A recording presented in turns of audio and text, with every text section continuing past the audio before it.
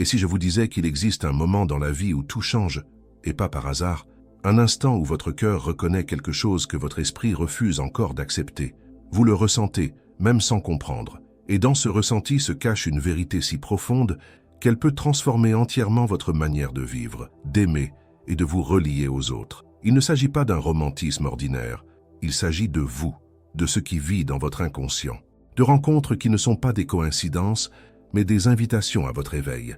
Vous êtes sur le point de comprendre pourquoi certaines personnes entrent dans votre vie et silencieusement détruisent tout ce que vous pensiez savoir sur l'amour, la connexion et le sens. Restez avec moi jusqu'au bout, car cette vérité a le pouvoir de vous libérer et peut-être que tout ce que vous avez toujours cherché est plus proche que vous ne l'imaginez. Avez-vous déjà ressenti, sans pouvoir l'expliquer, que vous aviez rencontré quelqu'un qui semblait vous connaître, avant même que vous n'ayez prononcé un mot, qu'il existait là une familiarité étrange, comme si cette personne faisait déjà partie de votre vie depuis longtemps, alors qu'elle vous était pourtant totalement inconnue? Eh bien, il existe un moment silencieux et puissant où la vie nous présente quelqu'un qui n'est pas là par hasard. Quelqu'un qui touche sans toucher les couches les plus profondes de ce que nous sommes. Et à cet instant, quelque chose en vous sait, non pas parce que vous voulez y croire, mais parce que c'est ainsi. Seulement, l'esprit, toujours si logique, analytique, prudent, tente de nier, de se protéger, de garder le contrôle. Mais le cœur, lui, reconnaît. Carl Jung, l'un des plus grands noms de la psychologie, a étudié cela pendant des décennies. Il a compris que ces rencontres ne sont ni le fruit du hasard, ni de simples désirs ou fantasmes.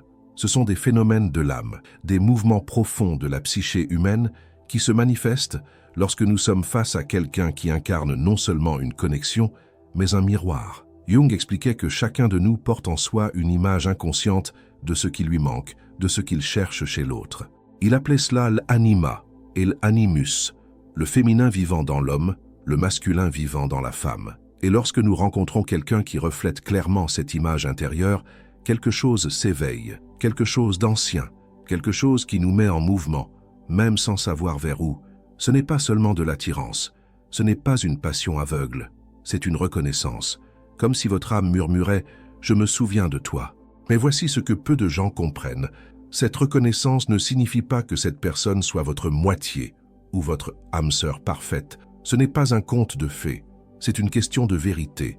Et la vérité, bien souvent, fait peur, parce qu'elle révèle, elle brise les illusions, elle nous arrache à notre zone de confort. Le véritable but de ce type de rencontre n'est pas l'enchantement, mais la croissance. Elle expose, elle défie, elle provoque.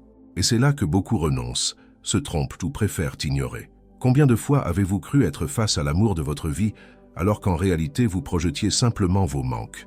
Combien de fois l'intensité a-t-elle été confondue avec la profondeur? On nous a appris à chercher un amour qui comble, qui complète, qui sauve.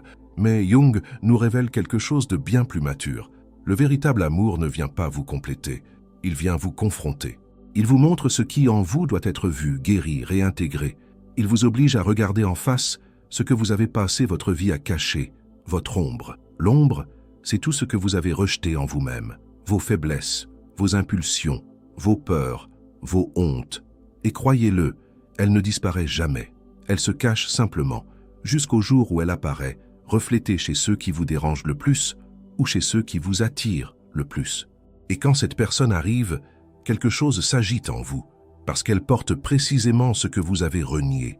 Voilà pourquoi vous pouvez aimer et détester en même temps, admirer et ressentir de la colère, vous rapprocher et vouloir fuir, parce qu'elle vous oblige à voir des parts de vous que vous ne vouliez plus reconnaître. Mais un choix s'offre alors à vous. Vous pouvez fuir, vous fermer, rationaliser, ou vous pouvez accepter l'appel. Regardez ce miroir avec honnêteté et dire « Cela aussi, c'est moi ». Et lorsque vous faites ce pas, quelque chose de sacré commence. La rencontre devient transformation. Ce n'est plus une question de passion ou de projection. C'est une question de vérité, de maturité, de croissance mutuelle. Non pas deux moitiés qui se fusionnent, mais deux êtres entiers, conscients de leur vide, qui cèdent à les traverser, non par dépendance, mais par conscience. C'est à ce moment-là que vous comprenez. Le véritable amour n'est pas doux, il est exigeant. Il ne se satisfait pas de la superficialité, il vous met au défi d'être pleinement vous-même, sans masque, sans rôles à jouer. Il ne veut pas votre version idéalisée, il veut votre version réelle. Et si vous avez le courage de rester, même lorsque toutes vos défenses vous crient de fuir, vous aurez la chance de vivre ce que peu connaissent, une intimité authentique. Et cela transforme. Parce qu'il ne s'agit pas de trouver quelqu'un qui guérisse vos blessures. Il s'agit de rencontrer quelqu'un qui vous montre où elles se trouvent, afin que vous puissiez vous-même les guérir. Il s'agit de cesser de chercher un sauveur, pour construire ensemble une relation où chacun se tient debout. Une relation où l'individualité de chacun est respectée, où il n'y a pas fusion, mais présence, où il n'y a pas dépendance, mais engagement, où il n'y a pas peur d'être vu, mais le courage d'être entier. La plupart des relations s'éteignent avant même de commencer, parce que l'on confond l'intensité avec le destin, parce que l'on veut des certitudes avant l'abandon, parce que l'on croit qu'aimer, c'est ne pas avoir peur, alors qu'aimer en réalité c'est choisir de continuer malgré la peur. Jung disait que les rencontres les plus significatives n'arrivent pas comme un réconfort, elles arrivent comme une révolution. Elles ne vous apaisent pas, elles vous transforment, et c'est rare, car cela exige bien plus que de la passion, cela exige de la maturité, le courage de se reconnaître en l'autre, et, malgré tout, de choisir de rester. Avez-vous déjà vécu quelque chose de semblable? Avez-vous déjà rencontré quelqu'un qui vous a fait perdre pied, non pour vous détruire, mais pour vous révéler? Avez-vous déjà senti que certaines rencontres semblaient orchestrées par quelque chose de plus grand, comme si l'univers entier avait préparé cet instant pour qu'il se produise? Jung appelait cela la synchronicité. Ce n'est pas une coïncidence.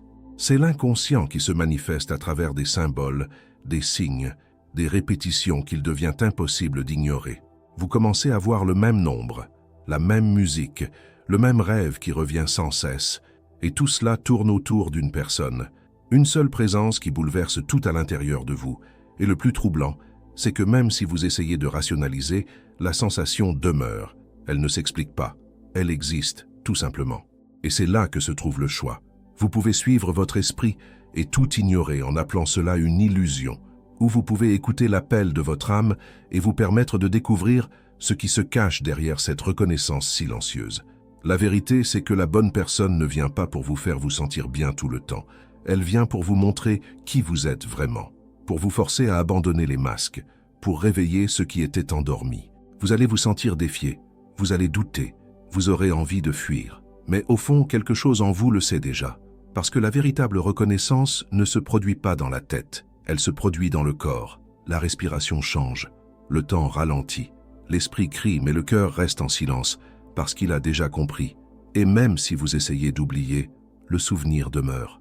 Parce que ce n'était pas seulement une rencontre, c'était un portail, une invitation, un miroir. Et vous seul pouvez décider si vous allez le traverser ou non. Mais sachez-le, ces moments ne reviennent pas.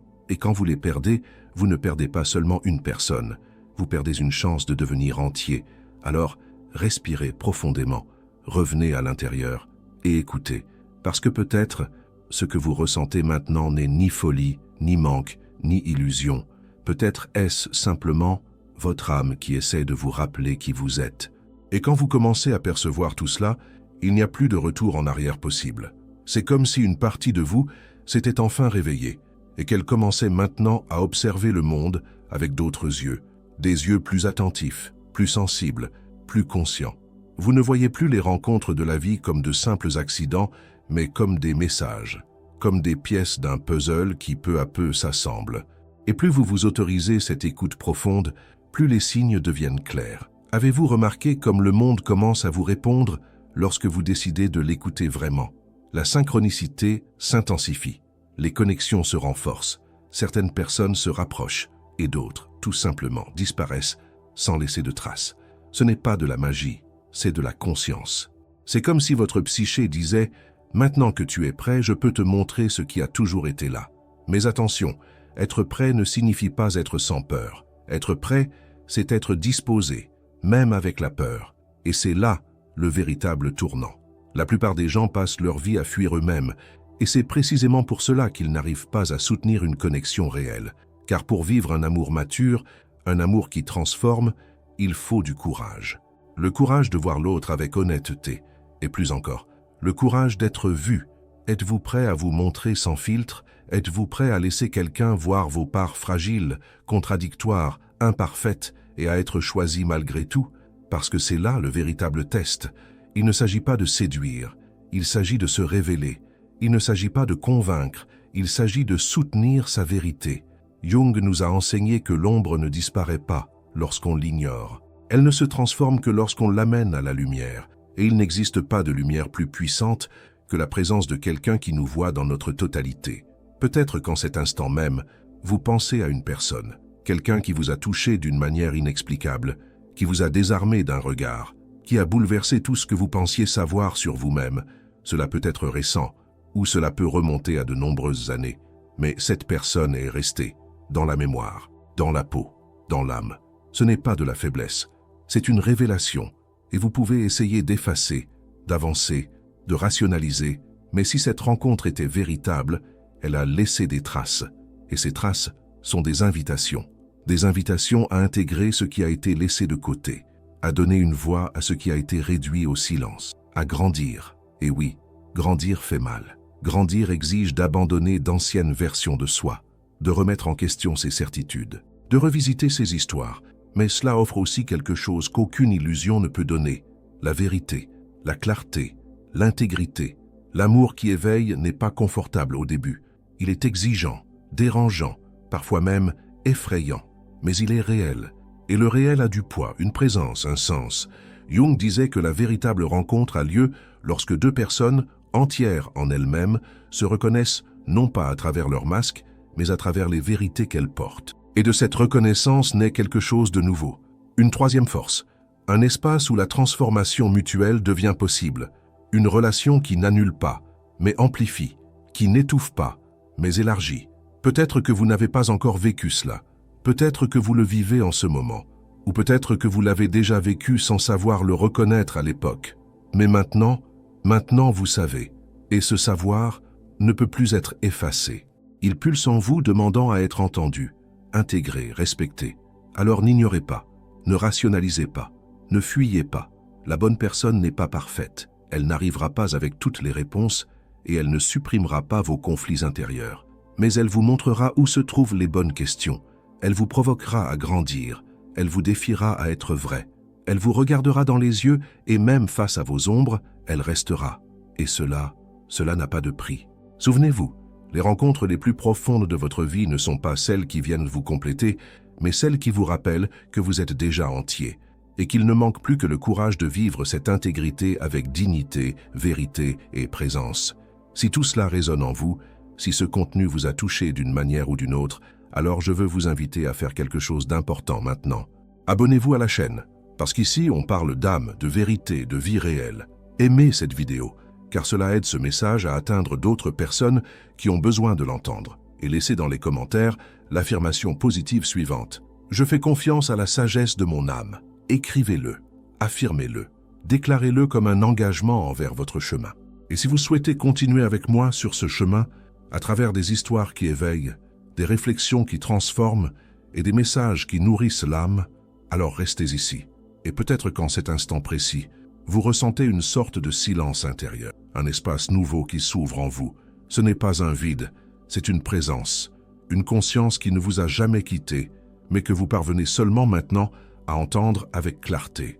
Car au fond, il existe en chacun de nous un appel constant, un appel qui murmure entre les lignes de la vie, dans les regards échangés, dans les mots non dits, dans les rencontres qui semblent simples, mais qui changent tout. Et il est fascinant de voir comment la vie prépare le terrain, avant même que nous en ayons conscience. Avant même de rencontrer quelqu'un, l'inconscient est déjà à l'œuvre, il rêve déjà. Il tisse déjà des liens symboliques, des synchronicités qui se révèlent comme des messages subtils, un nom qui se répète, une image qui revient sans cesse, le sentiment que quelque chose est sur le point d'arriver, même si l'esprit, toujours impatient, ne comprend pas encore, car l'inconscient n'est pas pressé. Il est sage, il ne se déplace pas selon le temps de la logique, mais selon le rythme de l'âme. Et lorsque le moment juste arrive, vous le ressentez. C'est comme si tout en vous disait maintenant, sans bruit, sans annonce, juste un savoir profond et silencieux, qui n'a pas besoin de permission pour exister.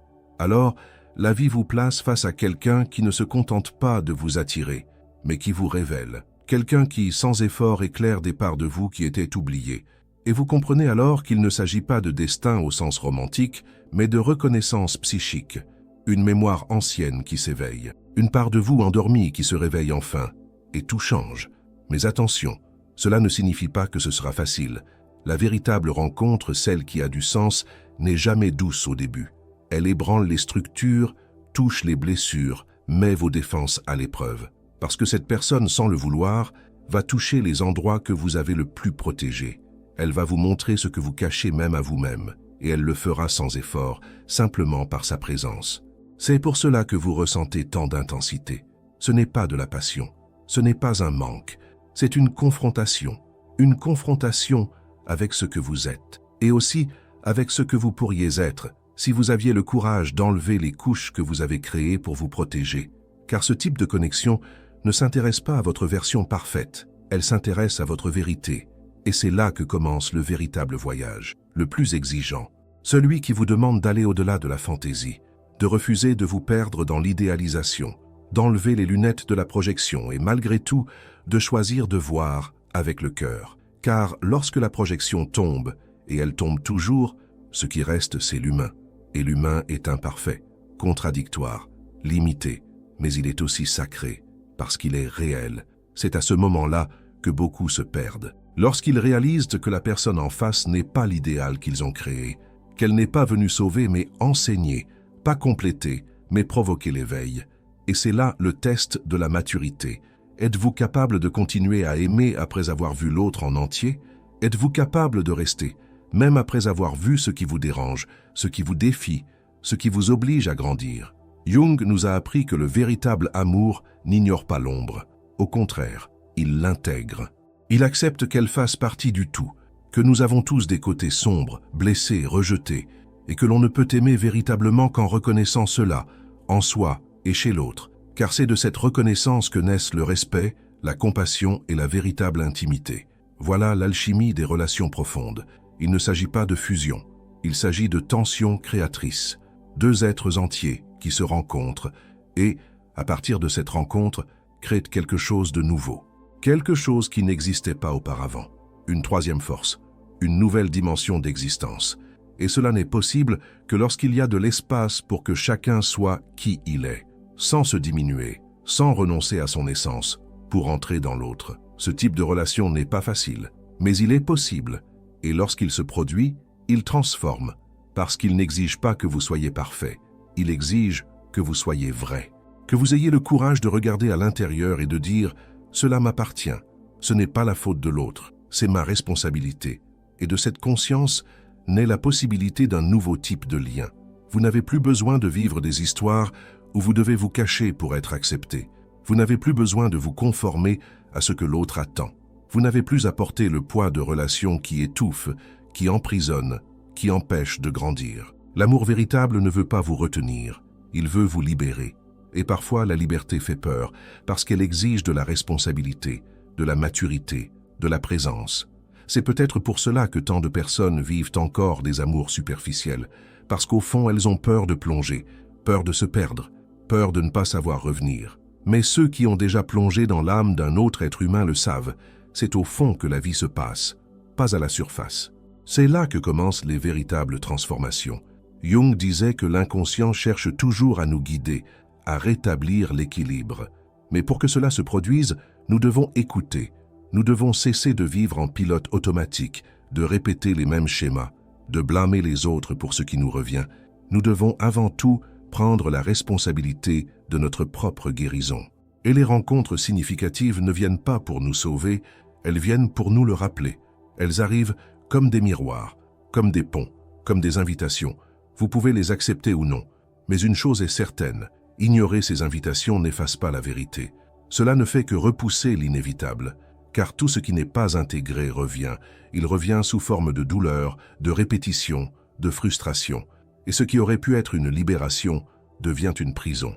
Alors, si vous sentez avoir déjà été face à quelqu'un qui vous a montré quelque chose de profond, quelque chose qui dépasse toute explication, ne fuyez pas. Regardez avec calme. Permettez-vous de comprendre ce que cette rencontre est venue vous révéler. Et surtout, choisissez de grandir avec elle, même si cela fait mal, même si cela trouble. car la confusion fait aussi partie du chemin vers la clarté. Et souvenez-vous, la véritable reconnaissance n'est pas bruyante, elle est silencieuse, mais intense. Elle n'a pas besoin de preuves, elle est. Et lorsque vous apprenez à faire confiance à ce savoir intérieur, même quand tout autour de vous semble dire le contraire, vous commencez à vivre à partir de l'âme, et non plus à partir de la peur. Le chemin n'est pas facile, mais il est authentique, et c'est précisément cela qui le rend si puissant. Lorsque vous commencez à vivre depuis l'âme, quelque chose change de façon définitive. La manière dont vous regardez les autres, dont vous répondez au monde, dont vous ressentez les jours, tout se transforme. Ce qui n'était autrefois qu'une routine gagne maintenant du sens. Les rencontres fortuites sont observées avec plus d'attention. Les conversations simples commencent à porter des signes. Les silences se mettent à parler, car vous comprenez enfin que la vie vous appelle en permanence. Elle vous invite à percevoir, à intégrer, à vous éveiller. L'âme ne crie pas, elle murmure. Mais lorsque vous vous apaisez suffisamment pour l'écouter, vous réalisez qu'elle a toujours été là. Et c'est cette écoute intérieure qui commence à guider vos pas. Ce n'est plus la précipitation, le manque ou la peur de perdre qui vous dirige. Vous marchez désormais avec plus de présence, plus de conscience. Vous comprenez que vous n'avez plus besoin de courir après l'amour, car l'amour qui compte vraiment ne se révèle que lorsque vous cessez de fuir vous-même. Et ici, il y a une vérité que peu osent admettre. La plupart des gens ne veulent pas un amour véritable. Ils veulent un soulagement, une distraction, quelque chose qui comble le vide juste assez longtemps pour éviter d'affronter ce qui est creux à l'intérieur. Mais l'amour réel ne vous anesthésie pas. Il vous réveille. Il met en lumière ce que vous avez tenté de cacher. Et il le fait sans demander la permission, car c'est ainsi qu'il fonctionne. Il arrive en disant « Prêt ou non, il est temps de voir ». Et voir fait mal, parce qu'il n'est pas facile de réaliser que, pendant si longtemps, nous avons dormi, que nous avons saboté l'amour nous-mêmes, que nous avons évité les rencontres les plus importantes, non par malchance, mais par peur.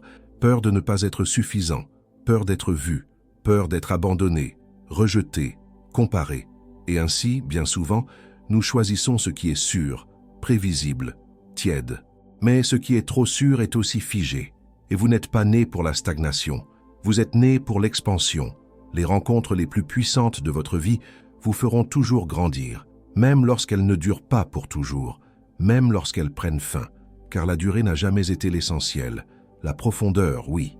L'impact. À quel point cela vous a déplacé, ébranlé, réveillé.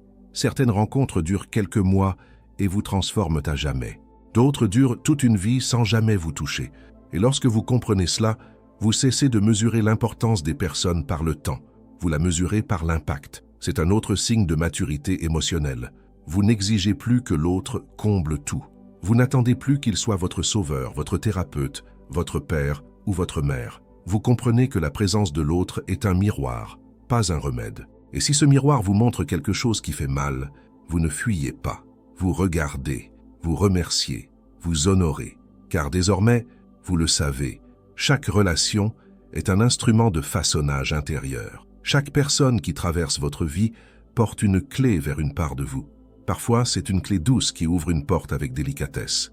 D'autres fois, c'est une clé douloureuse, mais qui ouvre une prison dans laquelle vous avez vécu enfermé pendant des années. La douleur de la rencontre n'est pas un signe d'échec, c'est un signe de vérité.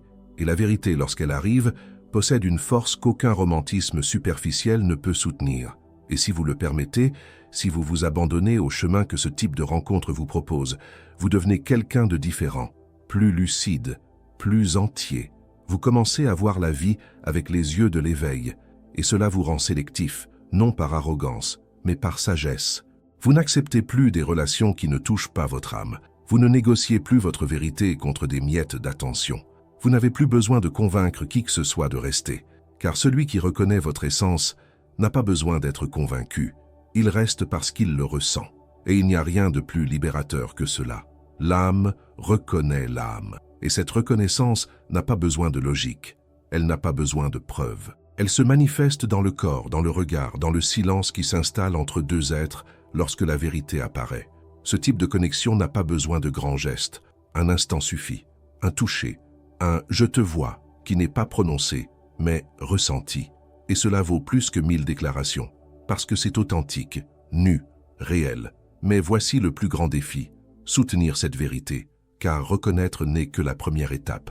Le plus difficile commence lorsque les projections tombent, lorsque les défauts apparaissent, lorsque la réalité révèle ses imperfections. Aimer, à ce stade, n'est plus ressentir, c'est choisir, c'est regarder l'autre avec toutes ses failles et décider malgré tout « je veux marcher avec toi, non parce que tu es parfait, mais parce qu'ensemble, nous nous voyons vraiment ». Ce type de décision exige de la présence, de la vulnérabilité, un engagement envers le processus. Car l'amour mature n'est pas statique, il évolue, s'adapte, grandit. Et pour l'accompagner, vous devez être prêt à vous transformer aussi, à revisiter vos blessures, à déconstruire vos certitudes, à mourir à des versions de vous-même qui n'ont plus de sens. C'est pour cela que l'amour véritable est révolutionnaire. Il ne rassure pas, il dérange. Mais c'est ce dérangement qui vous sort de la stagnation, qui vous fait penser autrement, ressentir autrement, vivre autrement. La bonne personne n'est pas celle qui vous apaise en permanence, c'est celle qui vous pousse, qui vous provoque, qui vous oblige à vous regarder avec plus d'honnêteté, et qui, même après avoir tout vu, choisit encore de rester. Vous avez peut-être passé des années dans des relations où personne ne vous a vraiment vu, où vous avez dû cacher vos douleurs, vos doutes, votre lumière. Mais lorsque la bonne personne apparaît, vous n'avez plus besoin de vous cacher. Parce qu'elle ne veut pas une version de vous. Elle vous veut entier, avec toutes vos imperfections, avec toutes vos contradictions, avec toute votre vérité. Et alors, enfin, vous vous reposez. Non pas parce que le chemin est devenu facile, mais parce qu'il a commencé à avoir du sens. Vous n'avancez plus par obligation. Vous avancez parce que vous sentez être au bon endroit, avec la bonne personne, dans la bonne direction. Et cela ne s'achète pas, ne se force pas, ne se fabrique pas. Cela se reconnaît, cela se ressent, et lorsque cela arrive, vous le savez tout simplement. Et lorsque vous savez enfin, il n'y a plus de place pour les doutes qui paralysent. Le savoir de l'âme n'est ni bruyant ni exigeant.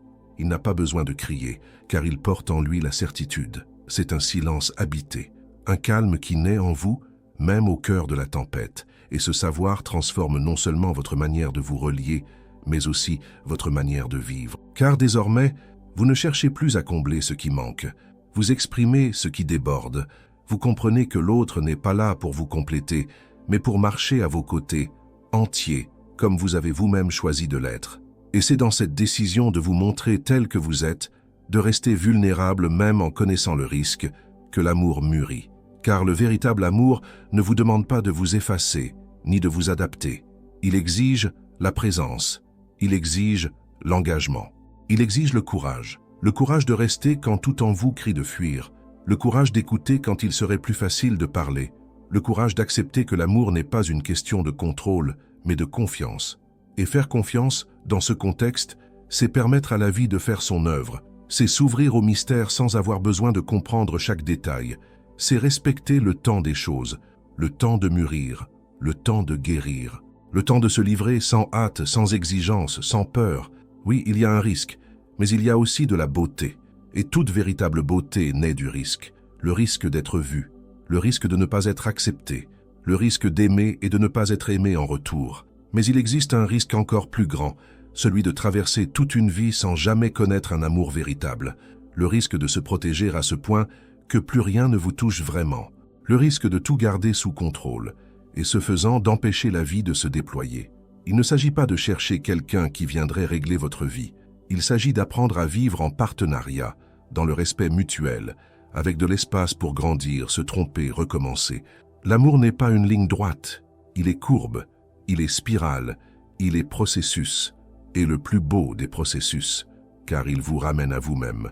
Il vous montre là où vous saignez encore, là où vous vous cachez encore, là où vous résistez encore à être pleinement vous-même. Et c'est précisément là que réside la guérison. Lorsque deux personnes se rencontrent à ce niveau, elles ne vivent pas simplement une relation. Elles construisent un temple invisible où habite le sacré, un espace où la douleur a sa place, où la joie est partagée, où l'âme peut respirer sans avoir à se cacher. C'est dans ce type d'amour que vous comprenez. Il ne s'agit pas de perfection, il s'agit de présence. Il s'agit du choix quotidien de se montrer, de s'ouvrir, de continuer.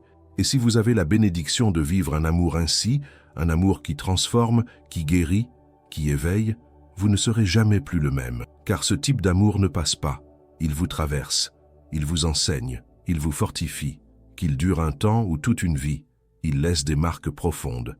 mais pas des blessures. Il laisse des graines, et ces graines germent en vous, transformant votre regard sur le monde. Le voyage ne s'achève pas lorsque l'autre arrive.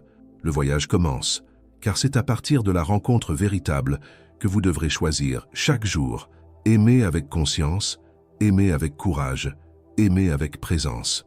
Et c'est ce qui se rapproche le plus du sacré que nous puissions vivre dans cette existence si humaine. Alors, si ce type d'amour frappe à votre porte, même en silence, même déguisé en défi, ayez le courage d'ouvrir, le courage d'écouter, le courage de vivre, car, au bout du compte, l'amour qui transforme n'est pas celui qui fait des promesses, c'est celui qui demeure, même lorsque tout s'effondre, et qui choisit malgré tout de reconstruire, ensemble, entier, réel, que vous ayez des yeux pour reconnaître, la sensibilité pour accueillir, la maturité pour rester, et surtout, la sagesse de ne pas vous cacher lorsque la vie vous montre qu'il est temps d'être tout ce que vous avez toujours été, mais que vous n'osiez pas encore vivre.